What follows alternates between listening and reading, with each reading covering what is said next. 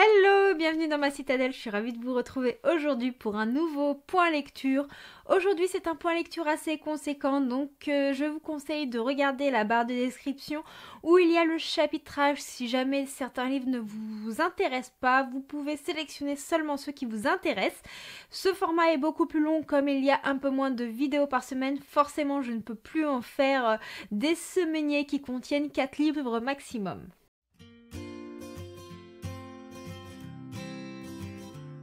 Le premier livre dont je vais vous parler dans ce point lecture est une lecture audio que j'ai totalement dévorée, que j'ai adorée. Il s'agit de Ad Vitam Aeternam de Farah Anna.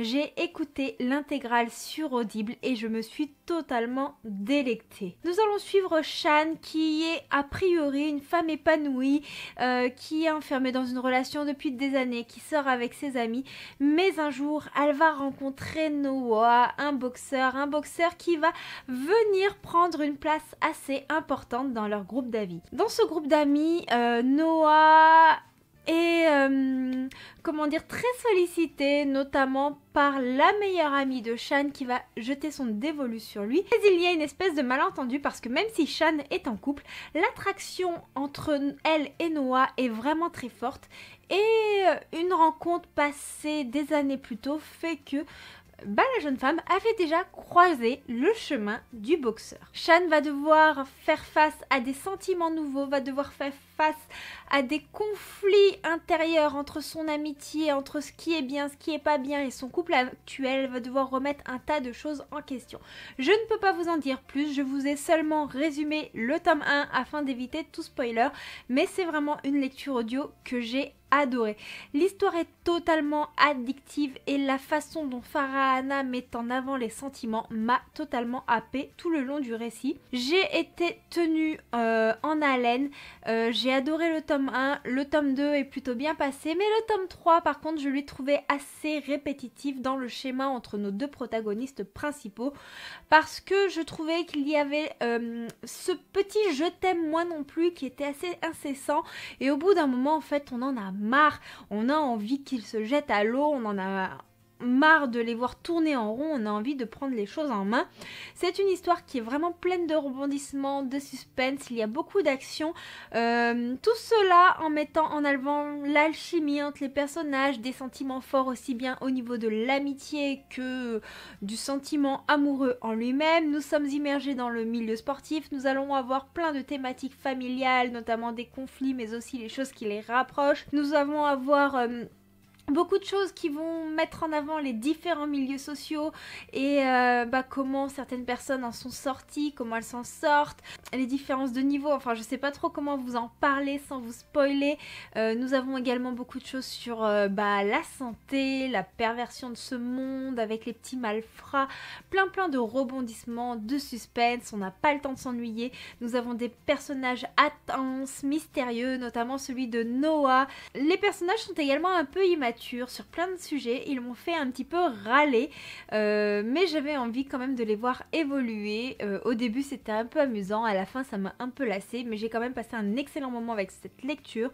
Il y a des schémas qui ont tendance à me faire lever les yeux au ciel, comme je vous ai dit, le je t'aime moi non plus, les gamineries des personnages, le manque de maturité, et pourtant la plume de Farah Anna, elle est tellement fluide, elle est tellement addictive que moi elle m'a totalement embarquée malgré ces petits trucs qui m'ont titillé. J'ai passé un excellent moment en lecture. Ensuite, j'ai continué d'avancer dans la série littéraire Les Voix de Brume des Hélène Bess, publiée chez les éditions Inceptio. Pour ceux qui ne savent pas, en fait, les éditions Inceptio publient une série littéraire tous les vendredis. La série littéraire fait à peu près 20 pages par semaine.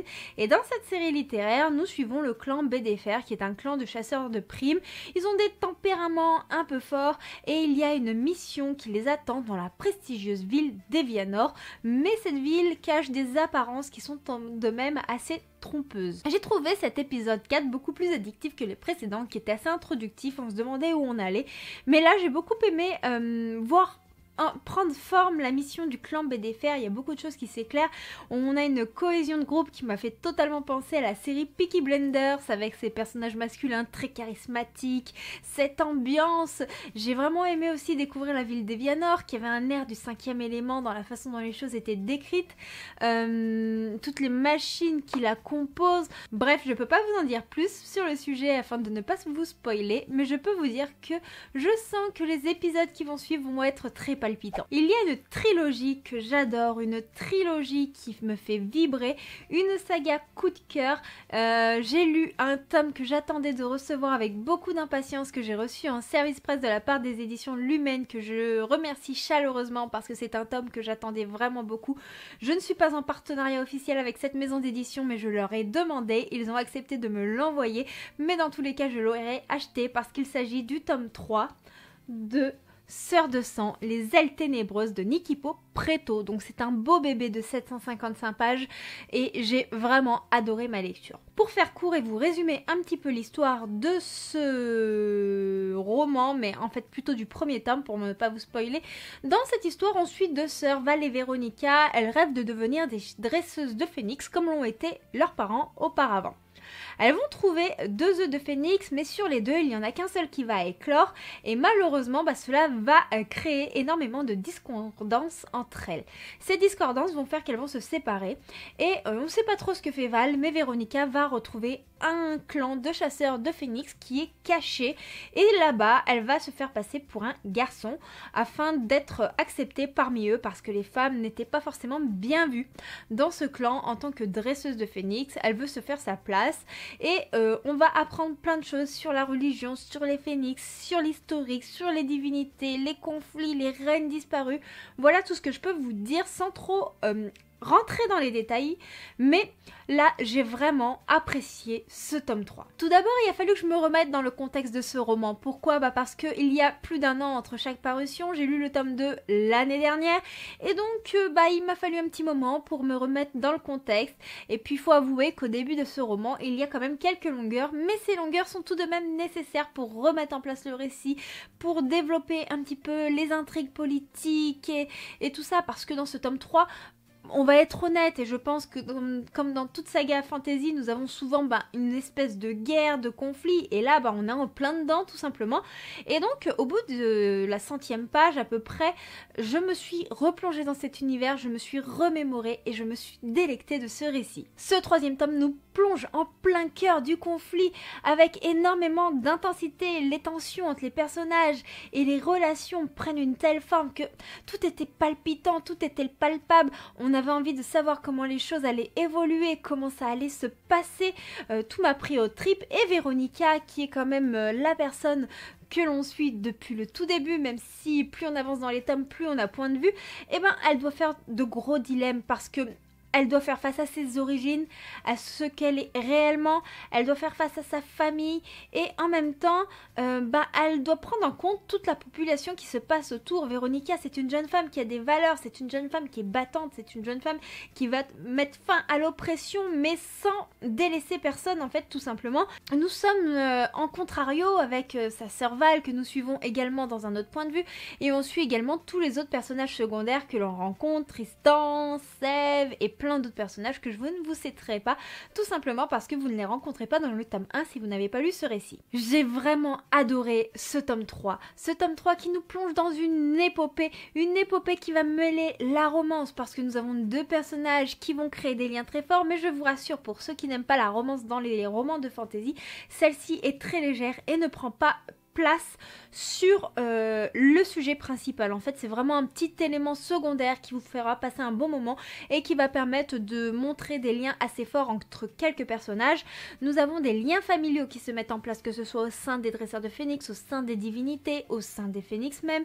Nous avons tout tout ce qui concerne les phénix qui vont être développés, qui vont prendre une ampleur palpable, parce que dans le tome 1, on apprend un petit peu comment naissent les phénix, comment elles se développent. Dans le tome 2, on a des révélations un petit peu sur le passé, les phénix, mais dans le tome 3, mais waouh, tout explose. En fait, on a vraiment des révélations qui vous laissent sur le popotin. On a également des personnages qui sont vraiment nuancés, qui évoluent. Le roman lui-même, les liens entre les personnages et tout ce qui s'y passe permettent justement de montrer l'importance du libre arbitre, l'importance de la famille, l'importance de la justice. Cette fantasy, c'est en réalité une œuvre qui regroupe vraiment tous les éléments clés que l'on aime dans ce genre et qui vous prennent au cœur, qui vous réchauffent tout simplement, parce que nous avons des animaux mythologiques, nous avons tout ce qui touche aux divinités, nous sommes dans un monde très intrigant, nous avons des conflits, nous avons de l'amour, nous avons plein de choses, plein d'éléments. C'est un roman qui est classé jeune adulte mais qui est hyper développé pour un roman de ce type là. Franchement, j'adore et je ne peux que vous conseiller cette trilogie. Je vais continuer avec les œuvres de fantasy coup de cœur parce que j'ai eu le crush sur les chroniques d'Hyperion de Lina Deranor. C'est le tome 1 d'une trilogie si je vous dis pas de bêtises. Et donc ici nous sommes dans une œuvre de fantasy vraiment palpitante. Nous sommes dans un monde où il y a 4 continents. Dans ces 4 continents, il y a une haine féroce, ils ne s'entendent pas, il y a énormément de conflits. Et nous serons surtout sur le continent de Hyperion en compagnie de plusieurs personnages. Nous avons principalement Maxine qui elle est notre héroïne. Elle veut être un soldat, c'est une femme, mais c'est une femme qui veut pas se laisser abattre, c'est une femme qui veut gravir les échelons. Elle est dans l'armée en compagnie de son meilleur ami, d'une amie qu'elle s'est faite dans l'armée justement, et de son frère. Son frère est totalement dans une autre contrée parce qu'il a un domaine de l'armée vraiment différent, mais Maxine, elle, est une voltigeuse. C'est une branche de l'armée très compliquée qui fait énormément de cascades et qui sont très douées. Mais Maxine, elle est téméraire, elle est vraiment très badass, mais elle a un petit problème avec l'autorité, et quand on va la mettre sous l'autorité du capitaine Andreys, qu'on surnomme le capitaine Glaçon, ça va mal se passer. Lui, il aura un peu un sentiment antipathique envers elle, et elle, ce sera de même. Entre eux, ce sera le chaud et le froid, ce sera le feu et la glace, ce sera très compliqué, ils vont avoir du mal à coopérer, et pourtant il va le falloir parce que l'Empire d'Hyperion est en danger. Donc, comme je vous ai déjà dit, j'ai eu un coup de cœur pour cette saga. La plume de Lina Deranor, elle est vraiment exquise. C'est la première fois que je lis un de ses romans, mais je me suis délectée, j'ai été emportée dès les premières lignes. Lâcher le récit a été vraiment compliqué. Nous sommes dans un récit où il n'y a pas de description qui ne servent à rien. Nous avons un juste milieu et tout est palpitant, tout est captivant. On en veut plus, les personnages ils sont forts. Nous sommes dans un univers de fantasy qui va mettre en avant des conflits, des inégalités sociales, et les personnages et les différents points de vue qui font que on accède tantôt à celui de Maxine, tantôt à celui de Solène, tantôt à celui du capitaine Glaçon, et ben cela renforce l'histoire, cela renforce les sentiments. On nous en dévoile beaucoup, mais pas trop pour que l'on se pose des questions, et cette imprégnation des points de vue permet d'avoir différentes visions au sein de l'armée, et en même temps ça nous permet de mettre en avant les histoires de famille, les liens entre les personnages. Et comme je vous ai dit, moi j'ai adoré le personnage de Maxine. J'adore les femmes qui sont badass mais qui ont en même temps des faiblesses, parce qu'il faut pas croire que puisque Maxine est badass, elle n'a pas de faiblesse, bien au contraire. Elle met en avant surtout les capacités des femmes. Elle va montrer que ce n'est pas parce qu'elle est une femme qu'elle n'est pas capable de faire les choses bien, de faire des choses vraiment de manière poignante et aussi forte qu'un homme. Elle se débrouille de manière remarquable, et en même temps j'ai adoré les protagonistes masculins, parce que oui, nous avons 2 protagonistes masculins qui ont plus d'importance que les autres, même si nous sommes au sein d'un groupe d'amis qui est quand même assez nombreux, et c'est ce groupe auquel nous évoluons, que l'on suit. Et les personnages masculins, ils ont ce petit mystère qu'ils dégagent, ils ont cette attraction.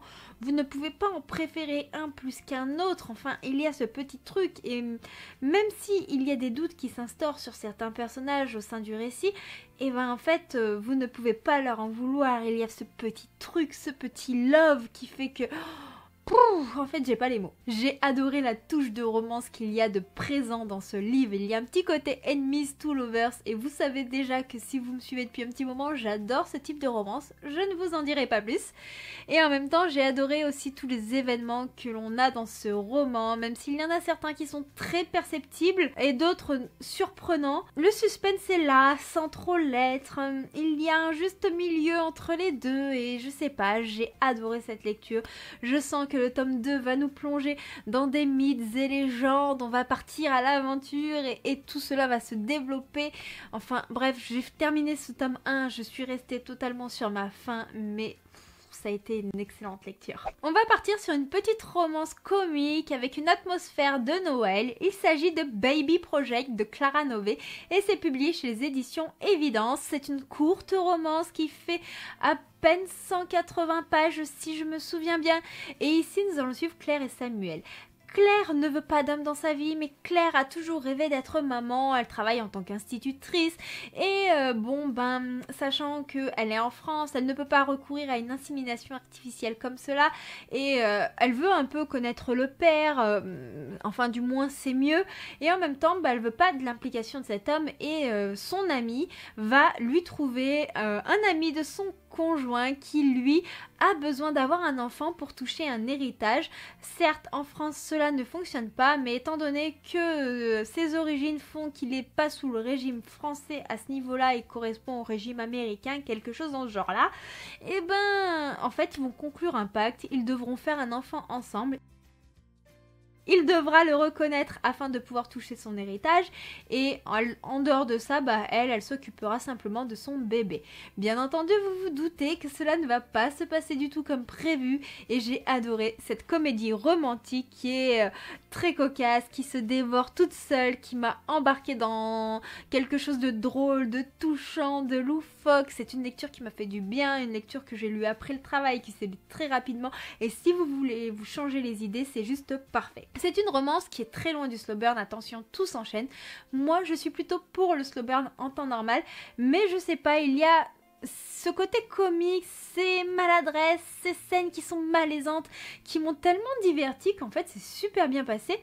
La thématique en même temps de ce récit, elle m'a happée parce que ça touche le besoin de maternité, ça touche des sujets assez forts et c'est des sujets qui moi me touchent personnellement. Je ne suis pas fan du côté Noël, mais dans ce roman-là, cela ne m'a pas dérangée parce que le côté Noël, c'est simplement le moment où se déroule l'histoire, mais ce n'est pas vraiment présent au point de vous oppresser. Il y a un réveillon qui va se développer, on va assister un petit peu à Noël, mais nous n'avons pas tout cet engouement au niveau des cadeaux, de la préparation, c'est vraiment une atmosphère de fond et cela m'a beaucoup plu parce que du coup, ça prenait pas le pas sur l'histoire et c'est un peu ça qui me gêne des fois dans les romances de Noël, c'est que Noël prend trop le pas sur les relations entre les protagonistes et là c'était simplement frais, c'était beau, c'était mignon, c'était simplement un contexte général. Il y a une attraction entre nos personnages principaux, Claire et Samuel, avec un je t'aime moi non plus qui est assez exaspérant en temps normal, mais non, là ça ne l'était pas, ça m'a beaucoup amusé. Pourquoi ? Parce que comme nous sommes dans un roman court, en fait cela n'est pas long, ça reste très concis dans le récit et du coup ça a fait que ça m'a beaucoup amusé tout simplement. J'ai vraiment passé un agréable moment détente, mais cependant si c'est un roman avec des émotions fortes que vous cherchez, n'allez pas vers celui-là. Par contre si c'est un roman léger qui vous met le sourire, celui-ci est parfait. Je vais passer à une nouvelle lecture audio que j'ai totalement adorée, qui m'a totalement embarquée.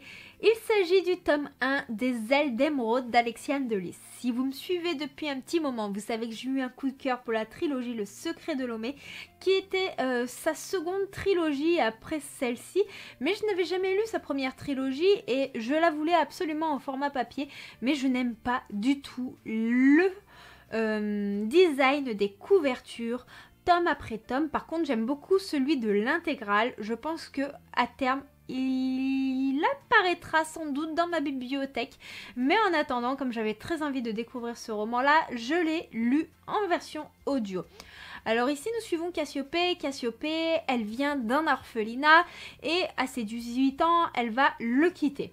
Sauf que lorsqu'elle va le quitter, elle va se sentir suivie, elle va avoir des personnes qui vont l'agresser, elle va pas comprendre pourquoi. Puis un jour, en fait, il va se passer quelque chose qui va révéler des capacités en elle. Elle va apprendre qu'elle est une myrme. Je ne vous développerai pas ce qui est une myrme, je vous laisserai le découvrir si vous ne connaissez pas ce roman. Et là, nous allons partir dans la recherche de soi, de qui on est, de la découverte d'un peuple et beaucoup de choses. Et en même temps, elle va faire la connaissance de Gabriel qui sera celui qui va un petit peu la guider dans tout ça. Nous allons nous enfuir dans les mystères du passé de celle-ci. Donc c'est une histoire que j'ai trouvée quand même assez longue à se mettre en place.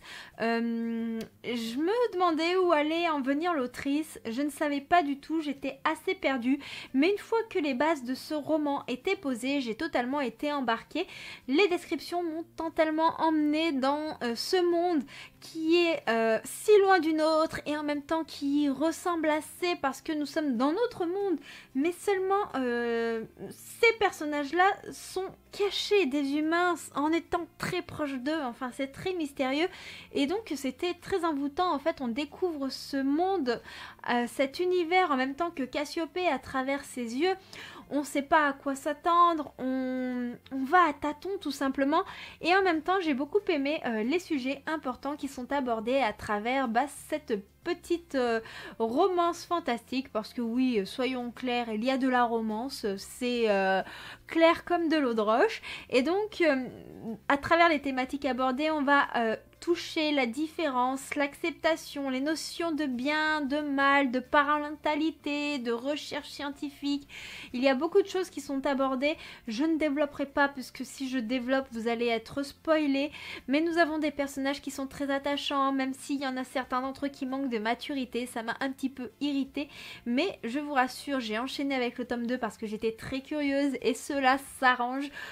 Heureusement d'ailleurs parce que je cherchais quelque chose qui va un peu plus loin. C'est un premier tome qui met surtout en place les éléments clés de l'univers, qui met vraiment le cadre pour pouvoir développer et rentrer enfin dans l'action. Donc c'était vraiment une bonne lecture, ce n'est pas un coup de cœur comme la trilogie du Secret de Lomé, mais pour un premier roman sorti qui est le premier tome d'une saga, il est vraiment très très bon. On va continuer dans la romance avec le second tome de Carpe Diem de Sissi Bazzi. Donc ici nous sommes avec Arizona. Donc nous retournons au Carpe Diem, ce bar qui va rassembler un groupe d'amis, des connaissances. Alors je vais vous mettre en petit mon ressenti sur le tome 1, je ne vais pas redévelopper le résumé de cette histoire, mais même si ce tome-là, qui est un spin-off, peut se lire de manière très indépendante, je vous conseille fortement de lire le tome 1 parce qu'il y a beaucoup de choses qui vont rentrer en résonance avec ce tome 2 et donc cela serait très dommage de vous spoiler de cette manière-là en ne les lisant pas dans l'ordre. Et si vous ne lisez pas le tome 1 et que ce tome 2 vous tente, en fait il y a beaucoup de choses qui vont rester assez floues et qui vont faire que vous n'apprécierez pas le livre à sa juste valeur si vous ne rentrez pas dans les détails. Donc ici on suit Arizona, un personnage que l'on rencontre dans le tome 1. Arizona, c'est une jeune femme qui croit en l'amour, qui rêvasse, mais il lui arrivait des choses pas très cool dans sa vie et Jonas c'est plutôt un personnage qui a été déçu. Mais entre Arizona et Jonas il y a une attraction qui est très palpable, une attraction qu'il n'arrive pas à maîtriser, mais en même temps les craintes de chacun font que sauter le pas est très compliqué. Tout cela est tapé par énormément de rebondissements que l'on poursuit suite au tome 1, même si dans le tome 1 ils étaient vraiment en trame de fond. J'ai vraiment été ravie de retrouver les personnages qui voguent autour du Carpe Diem parce que comme je vous ai dit, on suit pas seulement deux personnages, même si nous avons deux points de vue narratifs, le féminin et le masculin, nous suivons un groupe.